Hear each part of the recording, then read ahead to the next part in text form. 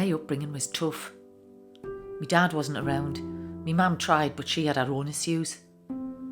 People would come in and out of our flat who weren't nice to her. Sometimes they weren't very nice to me. When I was a teenager, social services moved us in with a foster family, but they were really strict. I hated it. I left. That night was the first night I spent on the streets. After a few nights, an outreach team found us and got us a place in a local hostel. There were around 30 other people staying there, most of them a lot older than me. I met a bloke who said he'd look out for us. We'd smoke weed together round the back. Then one night he offered us heroin. I couldn't find a reason to say no. The next 5 years I saw a bit of a blur. I was in and out of hostels, begging, shoplifting to fund me drug use. I did a couple of short stretches in prison, but when I came out I was always back on the same grind. I had a few boyfriends with short tempers and heavy fists. Then I got pregnant. I really tried to kick me habits for me little girl, but then my best friend died of an overdose and I just couldn't handle it. I started using again in secret. My baby was healthy, but she was taken off us not long after she was born. After that I spiralled. I felt like I had this hole inside of us which could never be filled.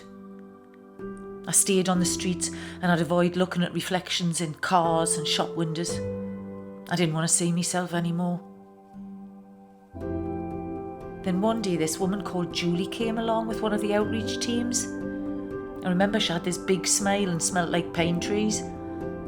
She started telling us about a thing called Housing First, saying I could get my own flat. I remember thinking she was having us on. Julie came back the next week with Charlie, who I'd shared hostels with. Charlie said about how she'd had her own flat for over a year, and she looked different. She put on weight and her skin looked great. Julie asked if I would come down to the office the next day, and I just thought, why not? Julie talked us through how Housing First works. She explains how my home wasn't conditional on anything and they would support us for as long as I wanted. I remember laughing, it sounded too good to be true. Julie said we could work together to find us a flat. By the end of the session, my laughter had turned to tears.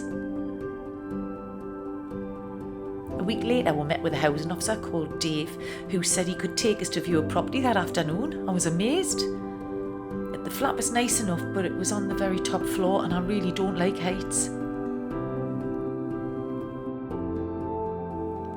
I was so nervous about telling Julie, but she just nodded and said, let's find somewhere else. I went back to see Dave. He was a bit gruff-like about us rejecting the flat, saying I needed to reduce my expectations. I thought I'd messed it all up. But Julie said she'd speak to him and be in touch. A few days later she called us and said I had a new appointment booked. On the Monday, Dave took me to see option number 2. It was on the ground floor with a little garden. I loved it. I signed the paperwork and Julie set up all my benefits as well, and she helped us get some furniture. I felt a bit odd in the house at first, but Julie came round every day and I'd make her a cuppa, milk 2 sugars, and after a while I started to feel more settled. But then one night an ex who'd just got out of jail banged on my door and demanded to stay. I was too scared to say no. I rang Julie and told her I didn't want her coming round anymore, so she wouldn't find out. One afternoon I came home and 3 people were passed out in my living room and all the money in my change jar was gone. When I got annoyed with him, he got violent and I ended up in hospital. I started sleeping on the streets again. One morning someone tapped us on the shoulder. I could smell the pine trees. I knew it was Julie. When I told her what had happened, she said they could look to find us another property in a different neighbourhood, no problem.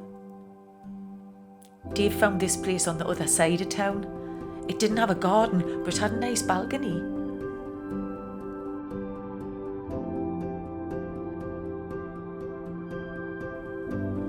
After a couple of months, Julie sat us down and asked us what my goals were. No one had ever asked us that before. I wanted to start using drugs less, make new friends and have the chance to reconnect with my daughter.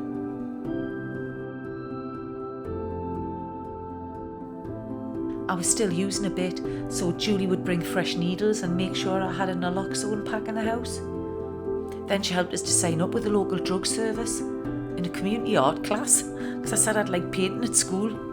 I've met all sorts of people there. After about a year, one of my paintings was put up in a local exhibition. Seeing my name up there for something good. Didn't think I'd ever see that. It's been 4 years now. Julie still checks in on us every couple of weeks. I made a card for my daughter in art class, which Julie's agreed to try and send to her. I don't know what'll come of it, but it's a start. Recently, I've been thinking about Charlie, who spoke to us when I was sleeping rough.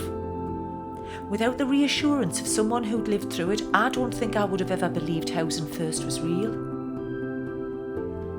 I've got my first session as a peer mentor next week. I'm nervous, but it feels good to be the one giving the support for a change. I've got a new full-length mirror for me flat. I'm not scared of my reflection anymore.